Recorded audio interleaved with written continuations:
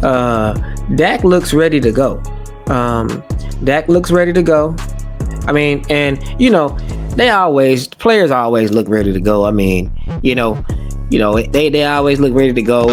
My dad calls it the underwear Olympics, but hey, he looks ready to go. He looks like he didn't already, rehabbed and came back. And so this is just a little bit of what that looks like. I want to kind of show everyone. This is kind of what that looks like. And everybody's going to be watching Dak because this is Dak year to actually show up. And, it's all on Dak, really. The last few years have been all on Dak. We go as Dak goes. If Dak does good, we typically do good. In those playoff games, if Dak have a good game, we going to win. If he have a bad game, we gonna fail more than 9 times out of 10. That's normally how it be going. And so Dak is a vet in the game at this point. It's all on him. He's a vet. He's been here 10 years, and so it's time for him to show up and show out. I will say that the Cowboys did leave Dak out there hanging last year. You see Jalen Tolbert right there. So that lets you know right there. Jalen Tolbert been practicing with Dak. Jalen Tolbert and Dak are like best friends on the cool. So Tolbert ain't going nowhere.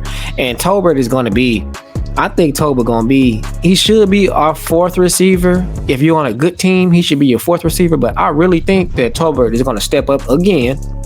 And I think that he's going to be our 3rd and borderline 2nd receiver. I think he's going to be like the 3rd on the depth chart. You kind of loud. Turn your volume down a little bit. And I think that Dak is going to be, I think that Tolbert is going to be like the 3rd receiver on the depth chart as far as like talent wise. But I think it's still loud. I think that Dak is going to be, you probably just got to hit the side button and turn your volume down. And then I think that Tolbert is going to be the 3rd receiver on the depth chart as far as talent wise. But I think that stats wise, he's going to be like probably 2nd. I want to talk about that. What you want to say about that? So how does my volume sound now? You sound you loud, but you good. Go ahead. Yeah. So a couple of things. I think that Jerry Jones made the comment last offseason that we'll go as far as Dak take us. And I think that that was just kind of one of the things the front office always kind of steps out there and just say stuff that other franchises wouldn't say. So they saw how that went. So what they need to do is they need to concentrate on just building an entire team. I related to what John Elway had to deal with his last few years. He went to the Super Bowl 3 times. He was 0-3. He had a Hall of Fame career, but he was still looked at as somebody couldn't win a big game. So they brought in Terrell Davis. They brought in Mike Shanahan. They had Ed McCaffrey, Christian McCaffrey's dad. They had Shannon Sharp. Really good players on defense. So the Cowboys are gonna win a championship, make it to the Super Bowl or to the NFC Championship game. It's gonna have to be the team's gonna have to be built around Dak. And I just wanted to say real quick, I think if Jalen Tolbert is our 3rd/2nd receiver, I just think that we're asking for trouble because that means that you probably didn't draft a receiver. Also means that you didn't sign a Keelan Allen or Amari Cooper. So I think. Let me clarify that. What I meant by that was, so I think that he's going to be, I say your 3rd or 4th receiver on the depth chart as far as talent goes. So what I'm saying is like CD would be 1st, automatic. If they draft a receiver in the 1st round or the 2nd round, that will be the 2nd receiver.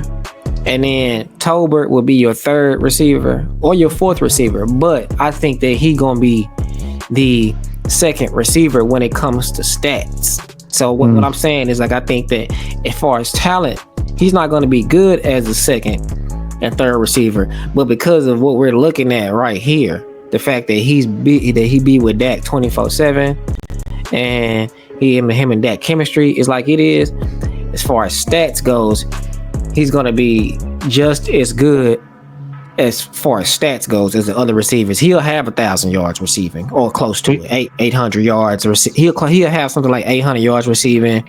He'll have something like CD will have 8 touchdowns. Tolbert will have 8 touchdowns. But the other two receivers will be better than Tolbert, but they won't have as many yards as Tolbert. They won't have as many catches as Tolbert. They won't have as many. So let me ask you this: if they sign Keenan Allen or Amari Cooper, you think Tolbert will have better stats than them? Yeah. Well, I mean, maybe not Amari Cooper, but yeah, I can see if they sign Keenan Allen, yeah, he'll probably have better stats. He'll probably have more touchdowns. He'll probably have. I mean, don't get me wrong. I mean, I like Tolbert, but I like Tolbert just in a role. And look, if Tolbert breaks through and has that kind of year, that'll be terrific. But what I'm trying to do is build a team where we're not relying on Tolbert. My concern is that Steven and McClay, they are thinking that Tolbert can be our number 2 receiver, and I'm just not myself. I'm not trying to build my team like that, but I understand what you're saying. Yeah, but I mean, like if we draft Ted or Ibuka or and Golden, I know you're not that high on Golden, but. And I can see what you're saying, them being rookies, but and Tolbert had 8 touchdowns, or was it 7 or 8 touchdowns last year? Yeah, something like that. I mean, I agree kind of what you're saying, but what do you think about the point I made about them just having to make sure they build a team around that? Because if you got Quentin Junkins as your running back, or Travion Henderson, or your guy that you like, what is it? Johnson, is it Will Johnson? What's the running back? The Will Johnson? I mean, the running back? Oh, Caleb Johnson.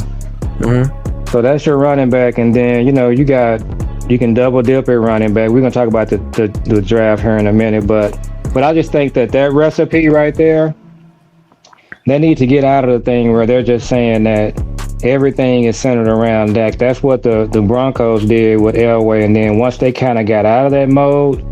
They were able to win and win big. So I think that's what they need to do with Dak. Well, yeah, I mean that goes without saying. I mean that's the bottom line for like every NFL team. That's what you want to do. You know what I mean? But like as we see, that's not an accurate depiction of a team. Like for instance, you wouldn't say your team is going to go as far as Dak take you. That's just Jared talking to sound good. He ain't really meaning that, because if that was the case, if he meant that literally, then that means that when Dak got hurt last year, we should have just forfeited the rest of the games. But I'm also saying that because I don't like when people act like the quarterback is the be all, that's everything. Oh my God, they win all these championships because of their quarterback. And it's Tom Brady. It was Tom Brady versus Patrick Mahomes. No, it wasn't. It was the Chiefs versus the Patriots. It wasn't Tom Brady versus Patrick Mahomes. It's when we play the Eagles. It's not Dak versus Jalen Hurts. They don't have anything. They're not playing. They're not dueling. So I hate that, because it makes it seem like if your quarterback, it gives the quarterback more. It gives them more responsibility than they should have. It's just like last year. No one is gonna say that Jalen Hurts. Jalen Hurts is the reason that the Eagles won the championship. Jalen Hurts won the Super Bowl last year. That's not it. You can say that all you want to, but that's not it. Because if they don't trade for Saquon, they don't win a Super Bowl. So that's probably true, yeah. You know what I'm saying? So, and also on top of that, if they didn't draft the way that they drafted, they don't win a Super Bowl. Okay, if they don't do what they do in the offseason with free agency, they don't win a Super Bowl, regardless of what Jalen Hurts did. You could substitute Jalen Hurts out; they would have still won a Super Bowl. So, and to your point, if the Cowboys were just smart, they could just look at what the Eagles did, and they would use the same blueprint for what we need to do this offseason and beyond. So hopefully, they kind of see.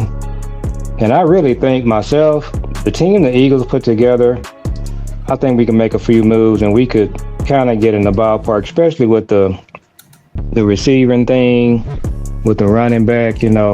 They signed some guys defensively that, like Bond, the linebacker they signed, that's like a Kenneth Murray type signing. You don't really know how that's going to go. Right. And they drafted well. And so we're going to talk about the draft here in a minute, man. I'm convinced that the Cowboys can draft 6 or 7 players that can really just change this team. It's right there. All they got to do is just draft well, and we can really turn this team around and really help Dak.